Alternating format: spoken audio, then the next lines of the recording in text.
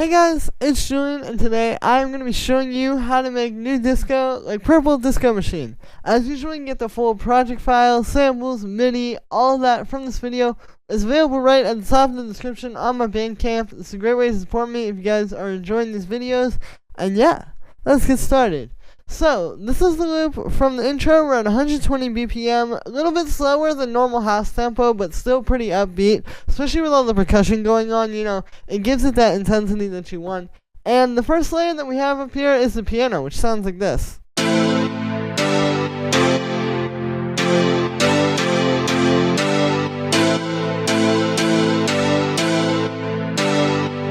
So, this is two layers. We have a standard sort of house piano here, and then this E-piano sound. So you can hear, the house piano is the main thing that you're hearing. But then the E-piano is just adding some sort of body to the sound and kind of fullness. So for the chords with this one, I'll show them to you. It's actually a pretty simple disco chord progression. You can see it's literally just going A, G, A minor, G major, F major, and then it hangs on the F major, and then we go up to G major, F major again, G, A. So it's just that super simple chord progression, and it walks down and walks back up. And then for the voices with these chords, both of these layers are playing the same thing.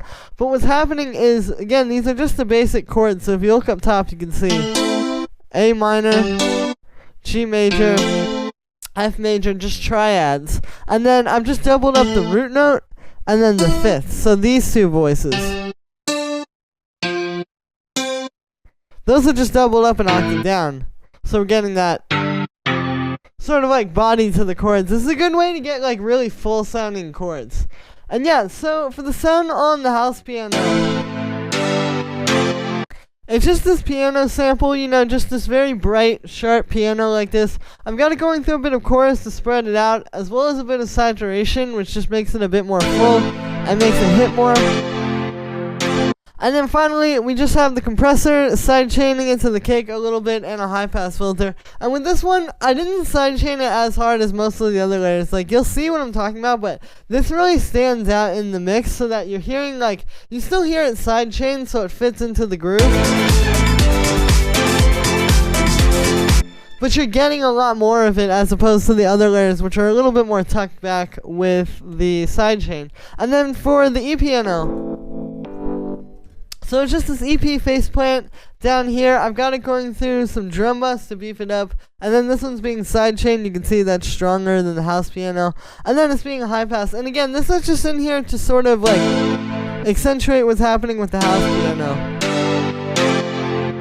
and fill out that low mid-range. You may not always hear this in the mix, but you can tell when it's missing. If I play the mix without it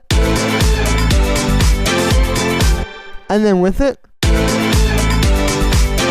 it feels a lot more grounded because the chords are more full sounding. So yeah, you definitely want to make sure you fill it out. If you have a piano like this, maybe try adding something underneath to fill out that low mid-range a little bit more. Then we have the string. So this is your standard disco string. What's happening is this is just playing A, so we're in the key of A minor. So if you hear this, it hangs over that chord progression nicely. This gives a very, I almost want to say epic feel to the track. I'll turn this off.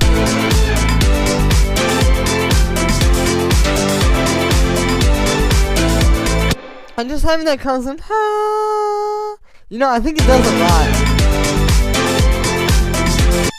So the way I made this one is just using a sample. It's really simple. All you have to do is just get a string sample like this. This one is linked in the description. And what you do is you just bring it into a sampler here. And then I'm using this loop function here. And then I'm using the fade to make it smoothly loop. Because if I turn that off, hear how there's that little click when it gets to the end and it loops back? So this fade is how you solve that. And then we just have a bit of reverb, which is giving this some space, just kind of washing it out a bit. And then we have some drum bass. Even though this is more of a high-end sort of bright sound, you still want to make it as full as possible, and some saturation like this is a great way to do that. And then finally I have this auto pan, which is just a super sharp like making it bounce off of the kick. And yeah, that's it for the string. Then we have this little guitar riff.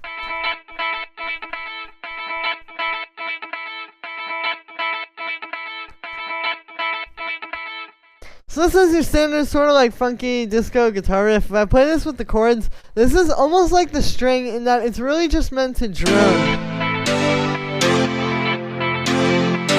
And you can hear like what that adds to the chord progression, just having that constant note.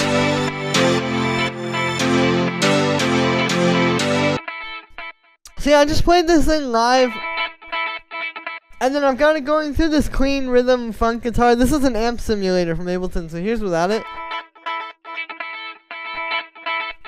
Just gives it more vibe. It makes it feel more like it's, you know, like an old vintage disco track.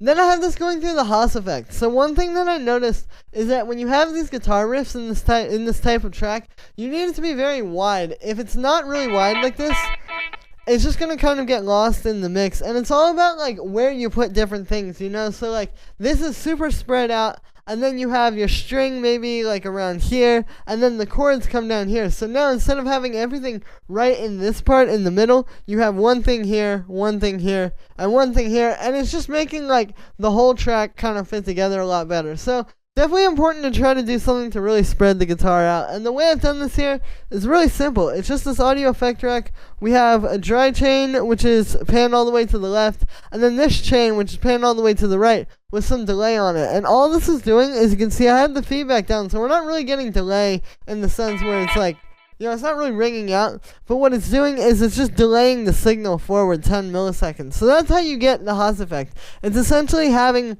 one thing pan hard left, the same sound, but one side pan hard left, and then the other side, which is pan hard right, is just pushed forward ever so slightly. And that's how you do it. I mean, here's without this. You can hear it gets a lot more lost in the mix, and then with it, it kind of sits in its own place. So this works really well for this type of layer where it's just sort of like a more background melodic thing. Then I just have a high pass filter here, and then a compressor, which is side chaining this to the kick. And that's it for the guitar riff. Then the last melodic thing we have down here are these string stabs.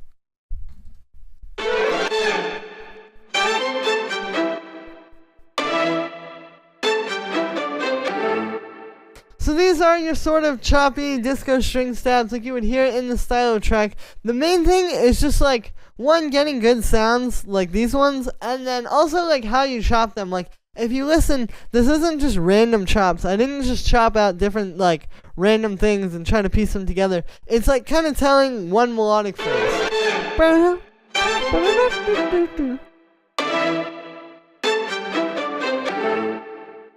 And there you go, like it's very solid like that. It's not random. It's perfectly resolving. And like, it's not just about the fact that you have the string stabs over top of this, but it's like dope notes being played as well, and it sounds cool. And then you're adding that on top of this. And it all comes together to make something really great. So yeah, I'd recommend just look around, you know, maybe check like different YouTube covers of like people playing different strings, you know. Check, there's a ton of sample packs that do this. If you want these ones, the link is in the description. But yeah, and then once you have the chops in there and you've got it kind of like saying a nice phrase like this, it's really simple. The processing is just a bit of reverb, you know, kind of gives it some space. A bit of drum bus, which is important with this. You want this to be really fat and really full sounding, because it's not really gonna like if you think about it, this is kind of a smaller sound than the piano. Like it's just some little strings. But it's all about how we're positioning it in the mix that makes it feel really big. And the drum bus is a big part of that. And then I just have a high pass filter and a compressor, which is side chaining it to the kick. You can see this one's sidechained pretty lightly as well, so it kind of goes back to what I was saying with the house piano. Like, if you want one thing to stand out a little bit more, you can just have it sidechained a little bit less than everything else. And yeah, that's it for the strings. Then we have the kick. So this kick is just made with 2 layers. I have this one, which is most of what you hear. You know, this is really giving you like the low end and the punch in the kick. And then I have this layer on top.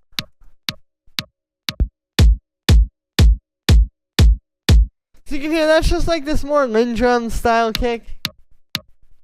You know, more of like a drum machine sound. And this adds a lot of click to the sound. And then you put it together, and you get one really full sounding kick because you get the click from this kick too, and then the full body of that first kick. And it really helps to punch through the mix. You know, I think with these style of tracks, to get your kick to punch through, it needs to have a really nice low end, and it just needs to have that right like on top. And so that's the idea with the layer. And yeah, and then I just have that going through a bit of drum bus. There's without it. And with it, you can hear it really glues these together and makes them feel like one kick. And yeah, and then we have the bass line.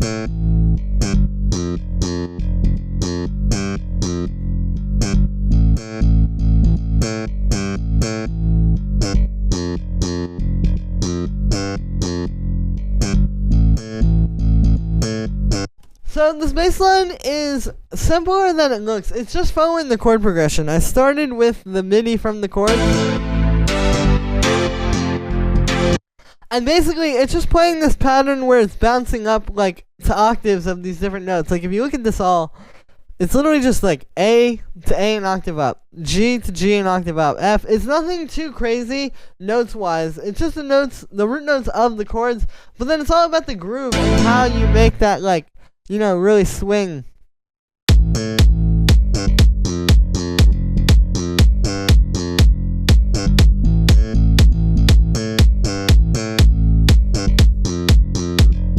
You know, all those like, you know, bouncing up the octaves like that creates a lot of groove in the style of bassline. So yeah, it's just a lot to think about in terms of like eighth notes and, you know, the way you're bouncing between those different octaves, more so than it is like, you know, having all kinds of crazy notes in the pattern. Because really, you want this to just kind of serve like the chord progression. You don't want it to stand out too much on its own. You just need a really nice groovy bassline that's fitting in this chord progression of what the track is already doing. And for the sound with this one, it's this electric bass slap down here. You know, definitely the slap bass is the type of vibe you want to go for. Like, it's this super bright, you know, punchy electric bass. I've got this utility on here because if I turn this off, you can hear it had a little, like, slight phasing issue. So then converting that to mono just fixes it and makes sure the low end's going to be super solid. Then we just have a bit of drum bus, just to make it a bit fatter. There's without that. And with it, you can hear it makes a huge difference. And then we just have this EQ here, which is cutting out a bit of room for the kick, as well as cutting out some of the highs to just make this a bit more focused in the low end. And then finally, I just have it being sidechained to the kick. And then I have those two in a group together. I do this in a ton of the videos, but this is really the best way to make your low end come together and really make it feel full and proper. You know, these style of tracks really need to have the low end holding it down. You can't have a weak low end. You really need that powerful fat groove in the low end, and that only really comes when you take all of your low end elements and put them together. So here's without this.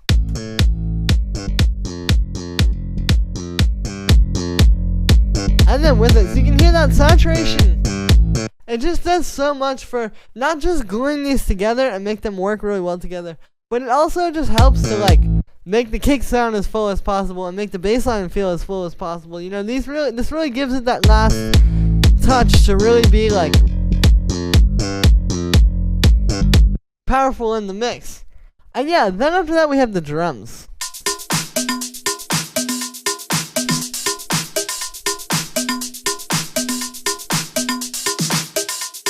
So you can hear there's quite a bit that goes into this. It's not really as complicated as you might think, but what I was trying to do here is create like a drum section that is very full and kind of has all the elements like you would hear in a loop. You know, a lot of times I think people think like with this style you have to just find like, you know, a sample pack loop that might have like 3 layers of percussion already and then another hi-hat loop and then some clap loop or something like that. But you can do this all on your own with samples, and I'm going to show you like everything you got to put into it. So the first thing here is this main hi-hat.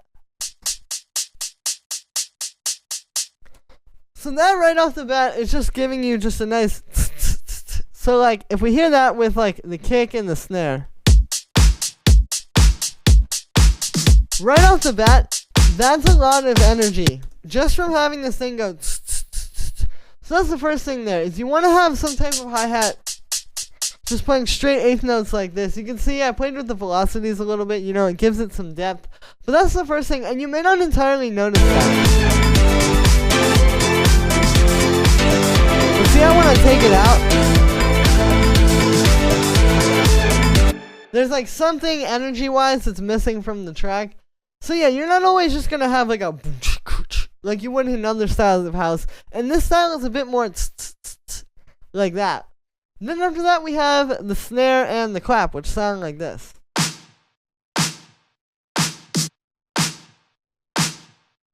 So I'll play the snare on its own.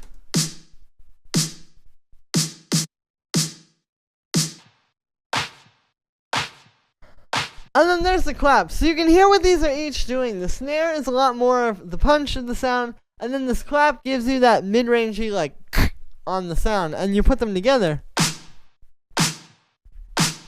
And you get this one very full sounding nice snare that punches through the mix. So yeah, you really want to make sure with this style that you're not just getting a snare that's just like a little, you know, it needs to really be like this big full thing like this where it's encompassing a lot of different frequency ranges. It's the mid-range, it's also like the punch in the low mid-range, and it's also the highs as well. And like, because you can hear, like, in the mix, it doesn't even come out as, like, the loudest thing or super huge or anything. It's just the fact that, like, having this really powerful snare just cuts through in the perfect way to where it's going to fit the right way into the track. And yeah, so it's really just about the samples. Like, just getting the right snare. You can see this is going through some drum bus, a bit of high pass. The clap is actually dry, save for the group processing. But then with the clap, I've actually moved it back with this track delay. So if you listen to these, you hear how it's kind of like very quickly, like you're getting the clap, and then 10 milliseconds later you're getting the snare. If I turn this off, see how you don't quite get as much of that like interplay between the two?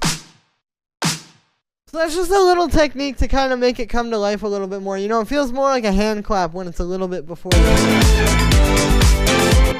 Then we have sort of like this background percussion here. So we have these bells and these bongos. So these are more like, you know, sort of the colorful percussion that's adding a lot of like feeling and vibe over top of everything, and also energy too, because keep in mind, like, you're hearing all this stuff happening in the track, and you're hearing just this groove on its own, you know, would be like some pretty good energy. And yeah, so those are just drum racks with, you know, each one is specialized to a certain thing. One is for the bongos, one's for the bells. And yeah, and then we have these like extra sort of shakers and hi-hats and tambourines. So you can hear, there's a few different things. There's like this open hi-hat which just comes in every now and then, just kind of adding a bit of punctuation, so to speak. There's the tambourine loop. And then you can hear the shakers just playing off of that. It's just doing like its straight 16th notes. But it kind of fills out the tambourine, you know, it's like, it's all sounding like one, but the tambourine loop is giving you like those bright highs, and then the shaker's kind of filling in the mid-range. And then it just sounds like one thing when you hear it in the track. So yeah, those are sort of like the extra hi-hat layers that go into it. And then I have all those drums inside of a group together. So here is without any processing on that. And with it, so you can hear, you know, just giving it that last push to really feel like as big and as full as possible. And really glue all the drums together as well. And make them fit into the same world. And then this EQ here is just cutting out the lows. You know, it makes sure that nothing is going to get in the way of like the low end and the kick and bass.